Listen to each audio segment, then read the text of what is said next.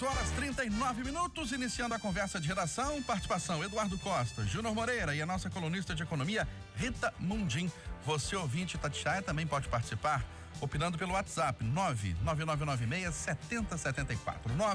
99996-7074. Não se esqueça de colocar o seu nome e o bairro ou a cidade onde você está falando. Começam a valer hoje as novas regras do novo Código de Trânsito Brasileiro. Júnior Moreira, você trouxe há pouco algumas informações.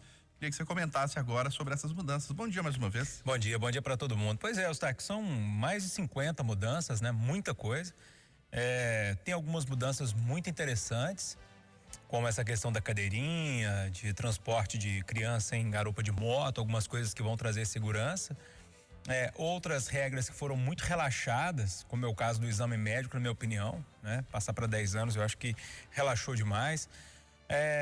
Outra que são justas, muito tranquilas, como o fim do farol aí durante o dia em pista duplicada, né? Em pista simples ainda vai continuar. Mas eu não sei se adianta muito a gente discutir o teor dessas regras agora, né? Elas já foram discutidas, aprovadas, sancionadas. A gente gostando ou não vai fazer muita diferença. Agora, o que nós precisamos analisar é se essas novas regras vão aumentar ou diminuir a tragédia diária que a gente tem no trânsito aqui no Brasil. A situação é muito grave no trânsito. E eu tendo a achar, que fico torcendo para que eu esteja errado, que algumas regras aí, como essa extensão nos pontos, por exemplo, na carteira, pode fazer com que o nosso trânsito fique mais violento. Mas agora é esperar para ver, tabular os dados que vão ser colhidos a partir de agora e fazer uma comparação com anos que essas regras não estavam valendo. Mas espero que, acima de tudo, o motorista tenha muita responsabilidade e estude, viu? Leia, porque são muitas regras e você pode ser pego de surpresa. Eduardo, estamos no momento de atualizar, endurecer ou relaxar o Código de Trânsito Brasileiro. Bom dia para você, ótima semana. Bom dia para todo mundo. Eu acho que, além do que disse o Júnior, eu gostaria de destacar o fato de que aperta o cerco com quem combina bebida e volante, sabe? Isso para mim é fundamental. É fundamental. Não dá a menor chance para quem combina essas duas coisas que são antagônicas. Também defendo sempre muito rigor com quem avança sinal.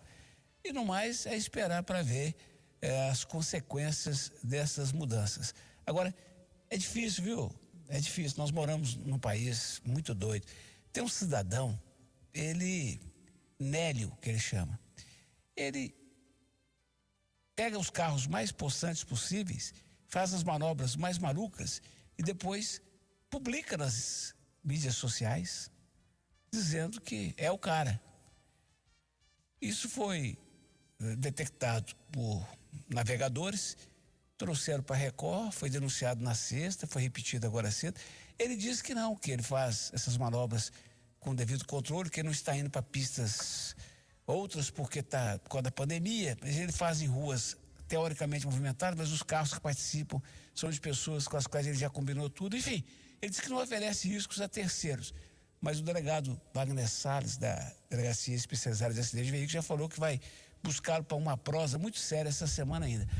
Resumindo, seu Eustáquio, se não houver o mínimo de responsabilidade do condutor, não há Código de Trânsito que mude a tragédia dos números aí das vítimas do trânsito. E para você, Rita Mundim, é o momento de atualizar, endurecer ou relaxar essas normas? Bom dia mais uma vez. Bom dia a todos. Eu acho que tudo tem que ser reformado mesmo. A gente tem que buscar sempre uma evolução, inclusive nas leis de trânsito. Na minha opinião, essas leis facilitam mais a vida do cidadão na questão da renovação, né? As pessoas não vão ter que renovar aí a cada 5 anos. Mas por outro lado, eu fico com o que o Eduardo falou. Tudo é uma questão de consciência. Então eu acho que nós, brasileiros, a gente deve amadurecer também na condução do veículo. E principalmente os mais jovens, né, que saem loucos aí, achando que rua é pista de Fórmula 1.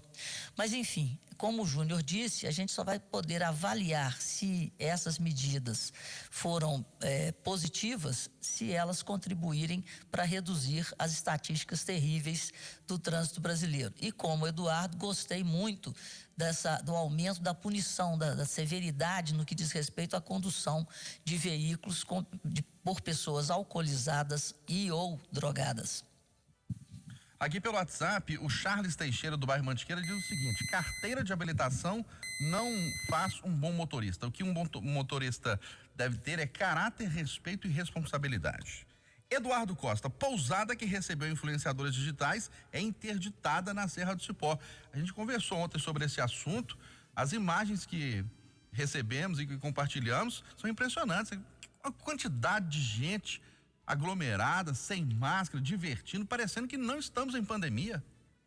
Rapaz, teve encontro de carro antigo no Alphaville, a Guarda Municipal de Nova Lima teve que ir lá acabar. Teve festa numa padaria de outro bairro aí da região oeste da cidade. Teve turistas mineiros presos que foram de ônibus para um baile funk no Rio de Janeiro. Tem aquela história lá da Amazônia, né? Um barco, o pessoal pagou até R$12.000 para poder passar uma semana lá. Aquele mundão de gente dentro do barco, contato com indígenas sem a devida proteção, é cada uma. E teve também esse episódio da Serra do Cipó. O complicado é que a principal influência que comanda tudo é uma pessoa muito querida e aparentemente muito simpática e muito atleta, né? Ela reuniu um grupo de colegas lá, patrocinados pela Boníssima, que é uma padaria que, né, tem uma história na cidade, parece que a Patrimar, que é uma consultora também que tem uma história na cidade. Aí depois veio a explicação de que não, nós foi todo mundo testado, nós não sabíamos que era proibido. Ô, gente, vamos fazer um pouquinho só de sacrifício, gente. Tá acabando a hora, tá acabando. Tá chegando a hora da gente ser feliz, tá por pouco. Deus do céu, que complicação, que dificuldade, que vexame, senhor Eustáquio. Vexame também, Rita Mundim? Para você? Eu vou usar, inclusive, o que o ouvinte aí escreveu, que não é a carteira de motorista que torna a pessoa um bom motorista. Então, voltando a essa insubordinação brasileira, ocidental, né, porque os asiáticos são muito mais disciplinados, quer dizer, parece que as pessoas adoram quebrar as regras. Parece que isso a atividade agora, é quebrar a regra. E quebrar a regra é fazer mal ao próximo. O momento é de solidariedade. Então, assim como no trânsito, em relação a uma pandemia, a uma virose que você pode contaminar o outro, então é preciso caráter, respeito e solidariedade num momento como esse. E para você, Júnior Moreira, que também viu as imagens, a gente conversou, compartilhou sobre esse assunto. Pois é, Eustáquio, não tem nem o que falar, né? Tem pessoas que realmente acham que estão acima da lei, né? Que estão acima da carne seca, que podem fazer o que quiser. As informações que a gente tem, que inclusive a pousada tinha sido notificada na sexta-feira, né? E aí nada é parado, tudo continua, e ainda com os influencers divulgando isso nas redes sociais, como se nada tivesse acontecendo, né? Como se o mundo não tivesse passando por uma pandemia terrível, principalmente a região metropolitana, que está passando por uma situação muito difícil. As pessoas, elas conseguem quebrar as regras, burlar todo o sistema, né? Enquanto tem outras pessoas que estão tentando ajudar, eles têm a cara de pau de quebrar todas as regras e ainda postar isso nas redes sociais. Eu olho para essas pessoas e falo, não consigo entender. Falo, gente, onde está a cabeça desse tipo de gente? Né? Não dá para entender. É só dizer para as pessoas que talvez estão pensando em fazer o mesmo, gente, calma, é o que o Eduardo disse, só mais um pouquinho, né? Os nossos números vêm caindo da pandemia, principalmente aqui na capital mineira. Eu acho que começa a abrir um horizonte aí a partir dessa semana para uma possível reabertura da cidade, né? As coisas estão acontecendo, o trabalho está sendo feito e, se Deus quiser, daqui a pouquinho isso tudo vai passar, só ter um pouquinho de calma.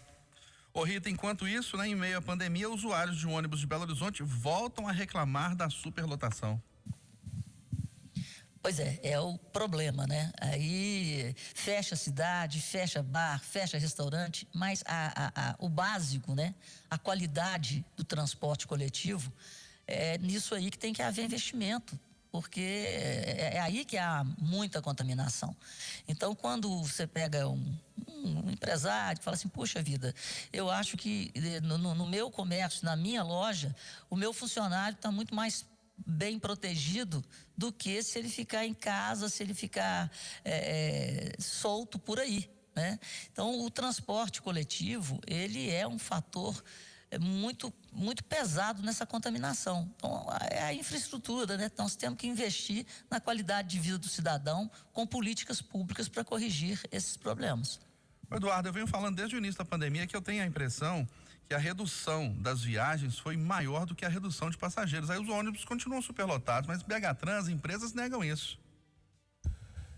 Eustáquio,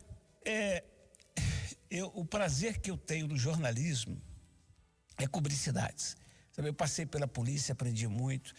Eu passei pelo futebol, pelo esporte, não é minha praia. A política me cansa. Eu gosto de cobrir cidades. E esse é um tema que permeou minhas 4 décadas de jornalismo. Eu já conheci experiências fora do estado, fora do país. Já fui a congressos como convidado pela militância na causa aqui em Belo Horizonte. E o tempo consolidou dentro da minha cabeça um sentimento de que o transporte coletivo é o melhor e maior retrato do quanto as autoridades são omissas, indiferentes em relação aos problemas que de fato afetam o povo. O transporte coletivo é problema na Cidade do México, é problema em Assunção, no Paraguai, é problema em Londres, na Inglaterra, e é problema em cidades brasileiras como Belo Horizonte.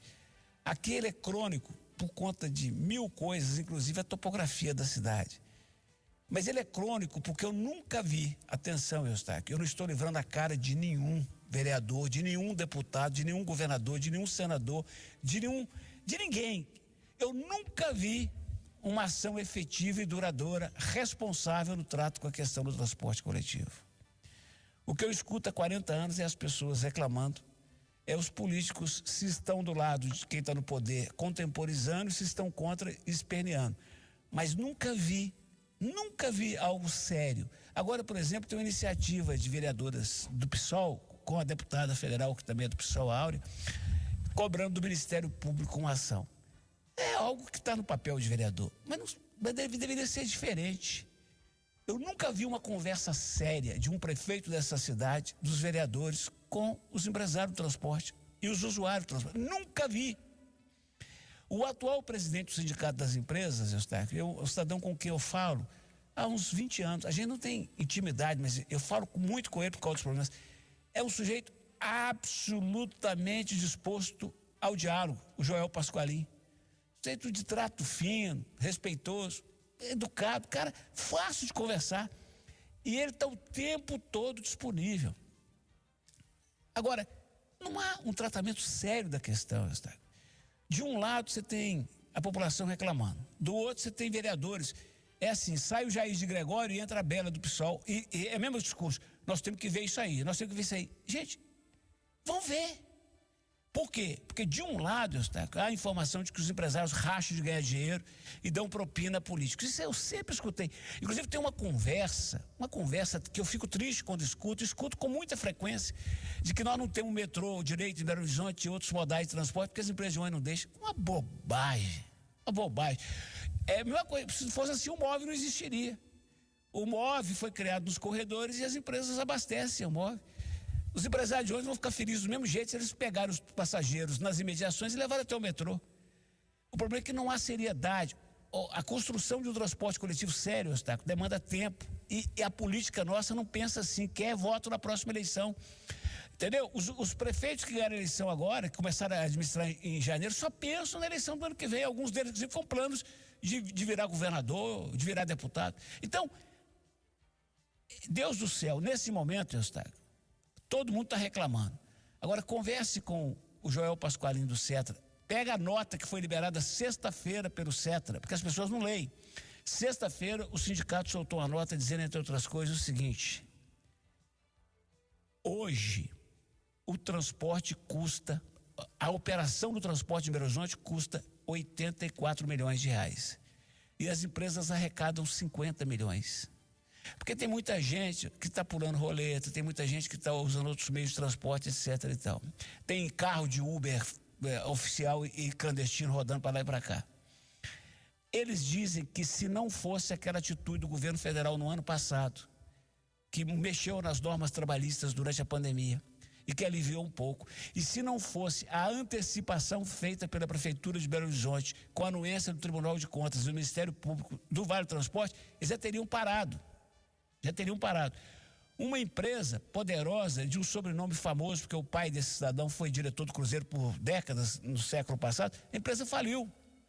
Então, como é que eu vou meter o pau nas empresas, Eustáquio? Como é que eu vou xingar as empresas de Belo Horizonte ou da região metropolitana, se lá em Conselheiro Lafayette, as empresas que prestavam serviço lá saíram e a cidade está sem transporte? Nós mostramos essa matéria na Record. Ninguém quer assumir o transporte de Conselheiro Lafayette. No caso de Belo Horizonte, tem uma conta aí que eu não sei, mas eu já ouvi falar, que são 3 mil ônibus, que para alguém assumir esse transporte, teria que bancar 3 mil ônibus e um investimento de R$1 bilhão. Quem que topa? Entendeu? Então, eu não posso xingar os empresários sem sentar com eles e ver a planilha deles. O custo do óleo diesel, do pneu e tudo. Eu não posso xingar a BH Trans, porque a BH Trans não tem moral nem para multar. Eu não posso brigar com a Câmara, porque a Câmara está no seu direito de cobrar. E muito menos achar ruim com o pobre do usuário que está sofrendo, historicamente sofrido. Ou seja, é uma casa de mãe Joana que ninguém nunca sentou para conversar seriamente nos últimos 40 anos, que eu acompanho de perto, senhor Eustáquio. E eu só não vou até às 3 da tarde com o discurso, que hoje não tem que falar, tá? Pois é, aqui pelo WhatsApp, o Ricardo Cabral do bairro Serra Verde está dizendo o seguinte: os usuários não são ouvidos pela engenharia de tráfego da cidade. O serviço é totalmente precário e ineficiente. Júnior Moreira. Eu acho que o Eduardo deu um bom resumo de tudo que acontece há 40 anos aqui em Belo Horizonte, enfim, na região metropolitana com transporte público.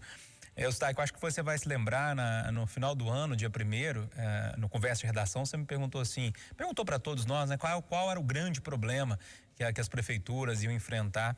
E eu disse, olha, depois da pandemia, se a pandemia não melhorar, a economia e depois o transporte público. É uma bomba, gente, eu vou repetir, vou ser repetitivo porque eu já falei isso aqui no Conversa de Redação. É uma bomba. Não é bom para o usuário. Eu recebo todos os dias de madrugada aqui ônibus lotados de ouvintes que mandam fotos pra gente.